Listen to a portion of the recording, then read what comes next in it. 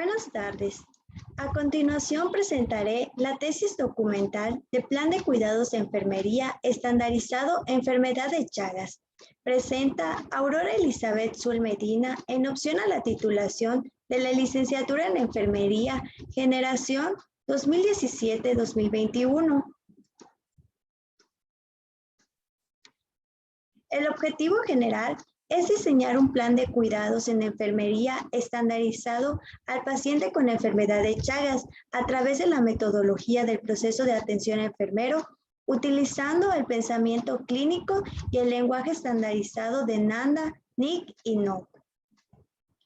Los objetivos específicos es describir el marco teórico que constituye a esta etapa patología, a través de las guías prácticas clínicas, fuentes confiables para poder establecer las futuras intervenciones en los pacientes, identificar a través de los procesos de valoración los 20 principales diagnósticos de enfermería en la atención del paciente con enfermedad de Chagas.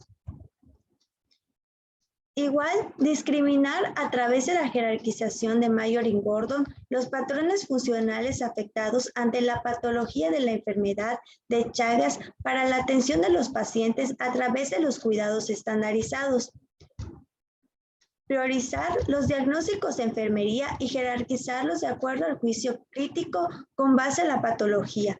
Establecer los planes de cuidados a través de las intervenciones y actividades de la atención de enfermería como herramienta enfocada para la obtención de los resultados ante dicha patología.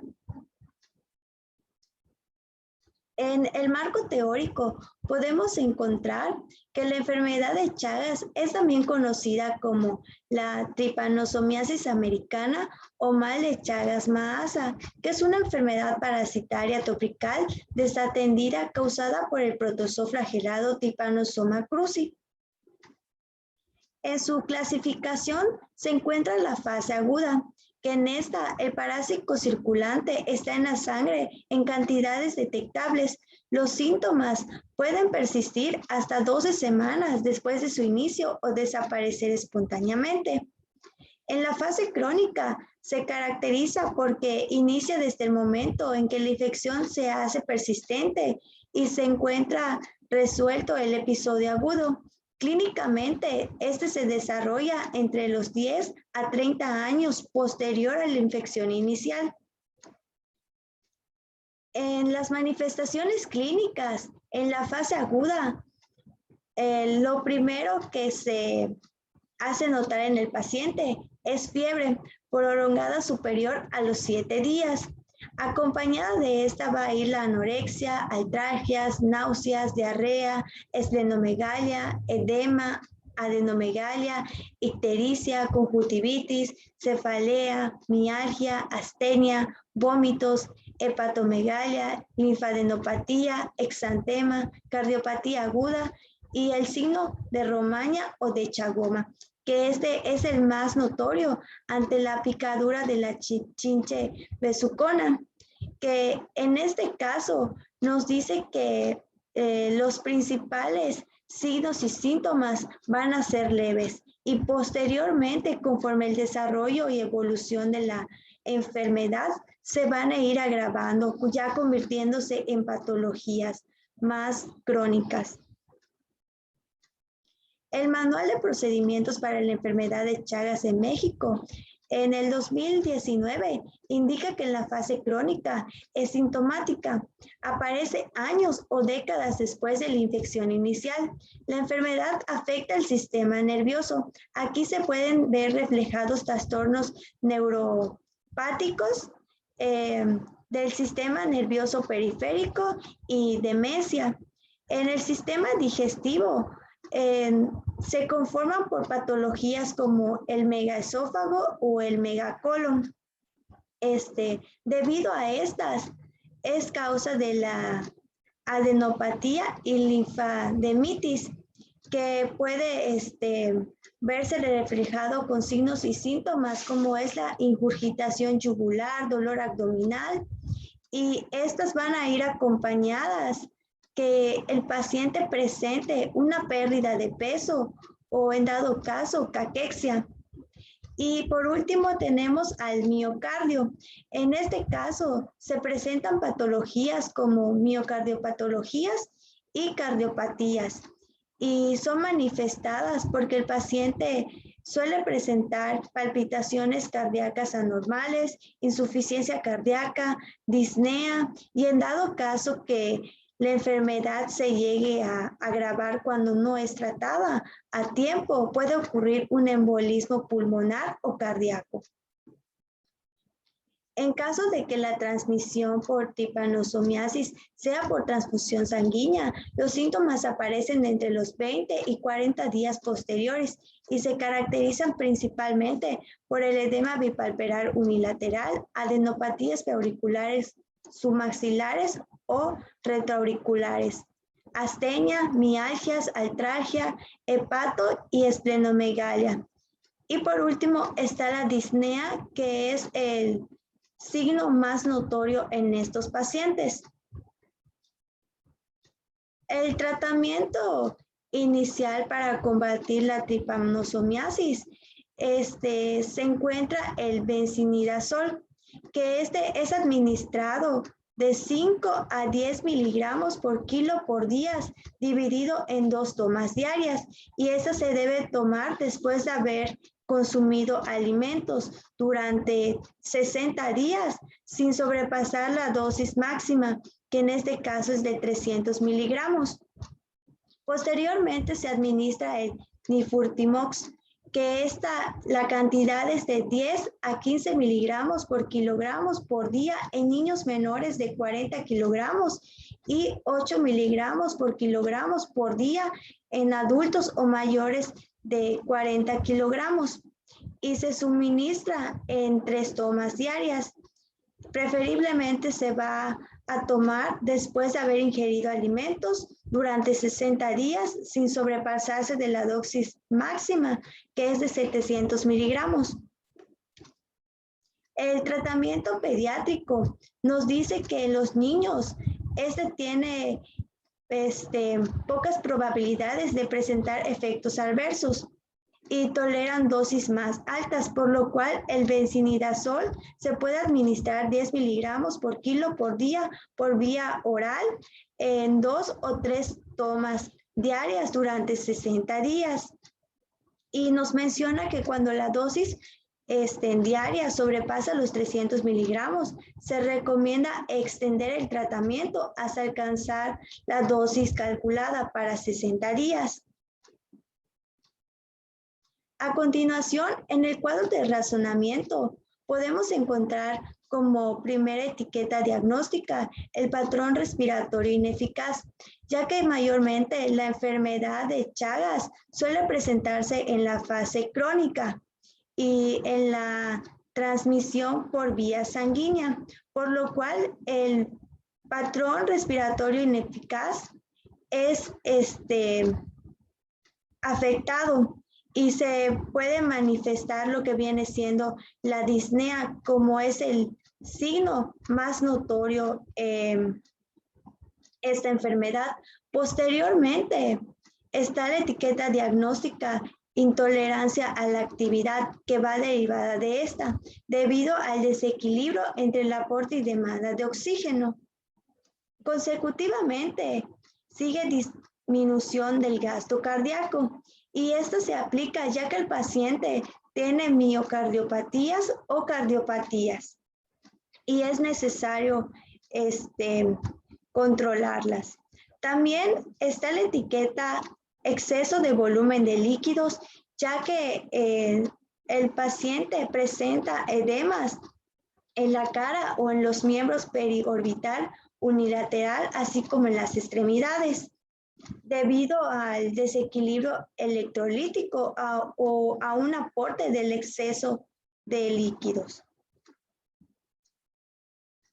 Otro punto que es importante recalcar es el dolor que el paciente va a sentir.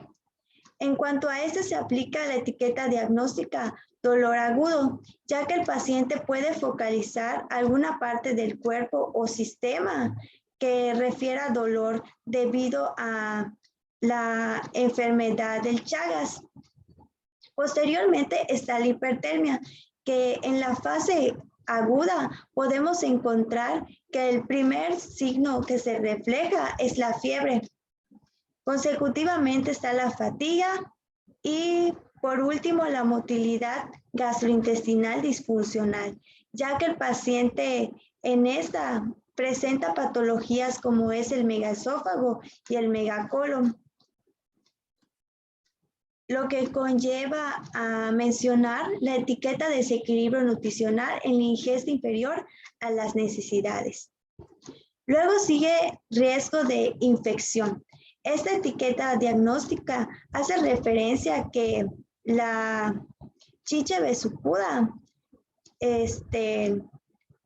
al picar a la persona, esta puede referir a alguna alteración en la integridad de la piel, lo cual va a ocasionar primeros signos y síntomas como nos dimos cuenta en la fase aguda, que son las náuseas, vómito, diarrea, y posteriormente a esta se deriva la etiqueta diagnóstica deterioro de la deglución. También se implementa la etiqueta diagnóstica confusión aguda, ya que el paciente, al haber algún episodio de infección, puede afectar el sistema nervioso y puede influir a esta. Luego está la etiqueta riesgo de lesión corneal, en la cual el paciente se ve reflejado aquí el signo de romaña o de chagoma. Posteriormente sigue el deterioro de la integridad cutánea, deterioro de la integridad tisular y la afección crónica, porque el paciente al presentar diversas patologías puede tener una crisis en el manejo de su enfermedad. Y ante esta se desemboca la siguiente etiqueta diagnóstica, que es ansiedad ante la muerte. También podemos mencionar por último, y se puede considerar de mucha importancia, el deterioro del mantenimiento del hogar y la disposición para mejorar la gestión de la salud, que son dos factores importantes, ya que este bicho habita principalmente en los lugares donde no hay salubridad. En el planteamiento diagnóstico tenemos como prioridad los 10 principales, que son el patrón respiratorio ineficaz, intolerancia a la actividad, disminución del gasto cardíaco, exceso del volumen de líquidos, dolor agudo, que todas estas se ve reflejada que el paciente va a manifestar siempre la disnea. Es por ello que se tiene como prioridad el patrón respiratorio ineficaz, ya que de estas se van desencadenando las demás complicaciones que el paciente tiene. Luego está hipertermia, fatiga, motilidad gastrointestinal disfuncional, desequilibrio electronutricional, ingesta inferior a las necesidades y por último tenemos riesgo de infección. El primer diagnóstico es patrón respiratorio ineficaz relacionado con fatiga. ¿Cómo lo demuestra? Porque el paciente presenta disnea, taquipnea, patrón respiratorio anormal y el resultado de este nos va a dar estado cardiopulmonar. Entre los indicadores que se modifican ante esta alteración va a ser la presión arterial sistólica, presión arterial diastólica, presión de pulso, saturación de oxígeno, relleno capilar, edema periférico, fatiga, retracción torácica, deterioro cognitivo, palidez, que esto nos conlleva a implementar la intervención monitorización respiratoria, en la cual se menciona que en la transmisión por vía sanguínea, la tripanosomiasis nos dice que se va a presentar los primeros signos y síntomas a partir de los 20 a 40 días. En esta, el síntoma y signo más notorio es la dificultad respiratoria y la disnea en el paciente. Es por ello que es necesario la monitorización respiratoria para que se pueda asegurar la permeabilidad de la vía aérea y así evitar posibles fallas ventilatorias o respiratorias relacionadas con la hipoxemia. La intervención 2, oxigenoterapia, nos dice que los pacientes que tienen una saturación de oxígeno menor, es necesario implementar en tratamiento de oxigenoterapia, ya que esta nos va a ayudar a disminuir la disnea y controlar el patrón respiratorio normal.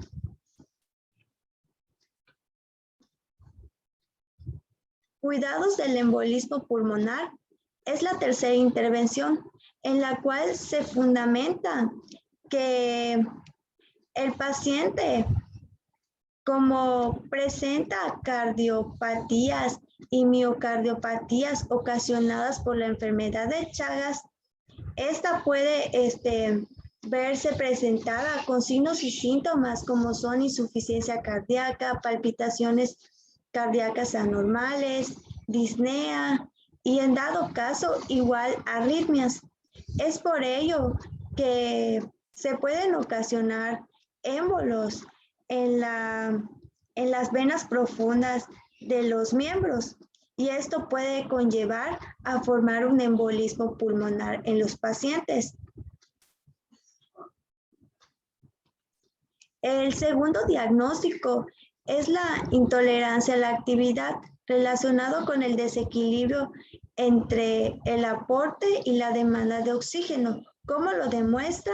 Fatiga, disnea de esfuerzo, debilidad generalizada, frecuencia cardíaca normal en respuesta a la actividad. El resultado de esta es tolerancia de la actividad y los indicadores que se ven afectados son la saturación de oxígeno en respuesta a la actividad, frecuencia cardíaca en la respuesta a la actividad, frecuencia respiratoria en respuesta a la actividad, tolerancia a la caminata, facilidad para realizar actividades de la vida diaria, lo cual nos hace implementar el manejo de la energía, ya que nos dice en la fundamentación que el paciente al presentar un patrón respiratorio anormal o dificultades respiratorias, las demandas de oxígeno son mayores y estas se deben de controlar para que no ocurran fallas respiratorias en el paciente. Intervención 2. Cuidados cardíacos, rehabilitación. En este caso nos menciona que los pacientes que tienen miocardiopatía o cardiopatía ya no pueden realizar algunas actividades de la vida diaria. Es por ello que se debe de implementar la terapia en rehabilitación, ya que esta les ayuda a mejorar su condición física y psicológica para que se pronostique su enfermedad, ya sea a largo plazo y se estimule al paciente a llevar una vida sin tantas complicaciones. Ayuda a la ventilación. En este caso, si el paciente presenta cardiopatías y también muestra un deterioro para el funcionamiento cardíaco y pulmonar, en esta es necesaria la implementación de ventilación mecánica. Es por ello que se debe llevar un manejo y control adecuado de esta para evitar posibles complicaciones que se derivan de la misma. Por ello se hace relación a estas actividades, que es mantener la vía aérea permeable, colocar al paciente de forma que se alivie la disnea, ayudar al paciente en los cambios de posición según corresponda, monitorizar los efectos de cambio de posición de oxigenación, fomentar una respiración lenta y profunda, auscultar ruidos respiratorios, enseñar técnicas de respiración según corresponda.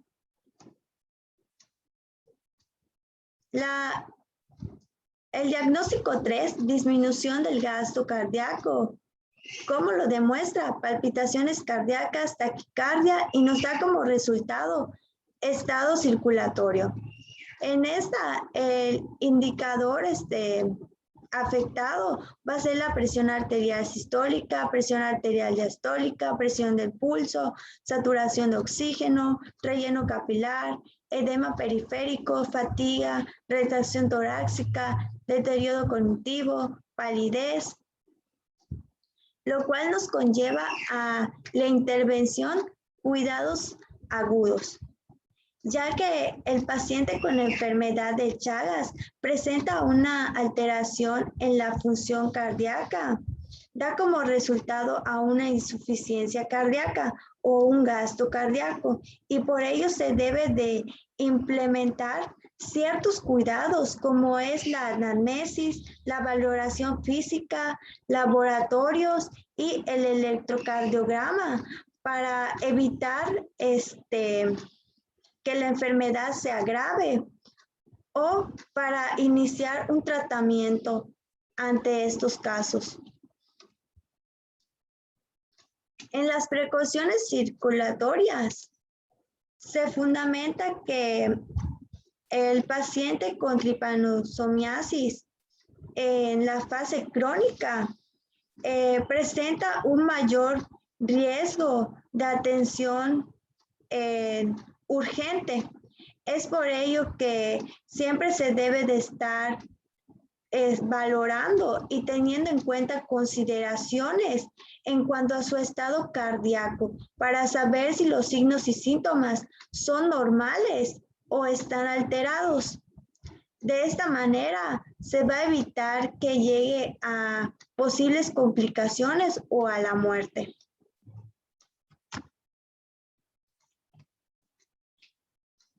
Intervención 3, cuidados del embolismo periférico. En este nos menciona que el miocardio se ve afectado.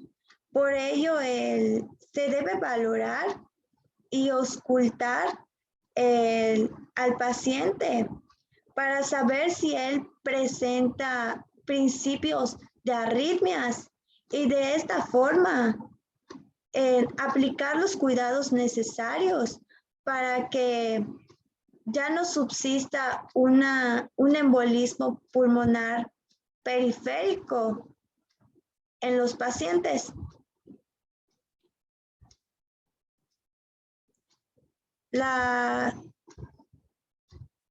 El cuarto diagnóstico nos menciona exceso de líquidos relacionado con exceso de aporte de volumen de líquidos, como lo demuestra desequilibrio electrolítico, disnea, edema, hepatomegalia, ingurgitación yugular. Como resultado, equilibrio electrolítico. Indicadores que se ven afectados son el aumento del sodio sérico, aumento del potasio sérico, aumento del cloro sérico, aumento del calcio sérico, aumento del magnetismo sérico, aumento del fósforo sérico, en el cual esta nos conlleva a una monitorización de los líquidos. Como sabemos, tras la picadura de la chinche besucuda, el síntoma y signo más notorio son los edemas en la cara o en los miembros. Es por ello que se debe de hacer una constante monitorización de las entradas y salidas de líquidos para que el paciente no se sobresature y no ocurran posibles complicaciones. Intervención 2, manejo de electrolíticos. En este nos dice que el paciente con tripanosomiasis, al presentar diferentes patologías, entre una de ellas se encuentra igual la desnutrición o la deshidratación, ya que se ve reflejado con signos y síntomas como son vómitos, diarrea, náuseas. Es por ello que se implementan ciertos electrolíticos para mantener su condición. Sin embargo, cuando esas son aplicadas en dosis más altas o existe un error en la aplicación, se ve sobrecargado el organismo del paciente por los excesos del volumen electrolítico y podía presentar posibles complicaciones en los pacientes. La monitorización de los signos vitales es la intervención número 3, ya que al estar manejando electrolíticos y líquidos, el paciente siempre se debe de estar monitorizando los signos vitales ante la aparición de alguna anormalidad de estos. Posiblemente las actividades que se realizan son la monitorización de la presión arterial, pulso, temperatura, estado respiratorio, monitorizar periféricamente el color, la temperatura, humedad de la piel, monitorizar y registrar si hay algún signo y síntoma de hipotermia o hipertermia, observar las tendencias y fluctuaciones de la presión arterial, identificar las causas posibles en los cambios de los signos vitales. Por último, tenemos el quinto diagnóstico, que es el dolor agudo relacionado con lesiones por agentes biológicos. ¿Cómo lo demuestra? Postura para aliviar el dolor, expresión facial, dilatación pupilar y nos da como resultado nivel de dolor.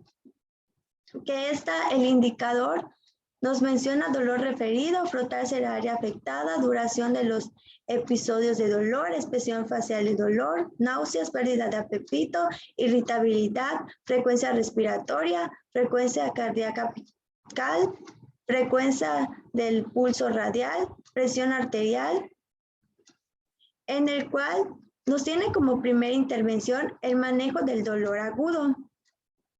Aquí se fundamenta que el paciente puede referir dolor en algún área focalizada del cuerpo. Sin embargo, se debe de identificar cuál es el sistema que está comprometido para poder aplicar el tratamiento farmacológico o estimularlo en la disminución del dolor. Administración de analgésicos. Los pacientes que tienen la enfermedad de Chagas pueden presentar dolor y estos mayormente son controlados con medicamentos que son de bajo riesgo. En este caso, empieza cuando el dolor es leve, se le administra el paracetamol en dosis bajas y posteriormente se va subiendo la dosificación. Mediante igual nos dice que si el dolor ya es más crónico, se puede empezar con la administración de AINES o opioides. En este caso se tiene que llevar una correcta dosificación, ya que estos medicamentos podrían tener efectos adversos si la dosis no es correcta en los pacientes. Y por último tenemos la intervención, disminución de la ansiedad, ya que el paciente al tener un dolor muy agudo presenta lo que viene siendo la ansiedad y es notorio tanto en su estado físico como psicológico. Por ello se debe tener en cuenta algunos factores de estimulación para disminuir esta afección y no se comprometa más la salud del paciente. Debido a eso, se pueden implementar actividades como establecer claramente las expectativas del comportamiento del paciente, controlar los estímulos de las necesidades del paciente, indicar los cambios en el nivel de ansiedad, instruir al paciente sobre técnicas de relajación, explicar todos los procedimientos, administrar medicamentos que reduzcan la ansiedad según corresponda. Y por último tenemos las referencias, donde fue tomada la información que a continuación se les presentó. Y esto sería todo por mi parte. Muchas gracias. Ya no puedo más, ya no puedo más.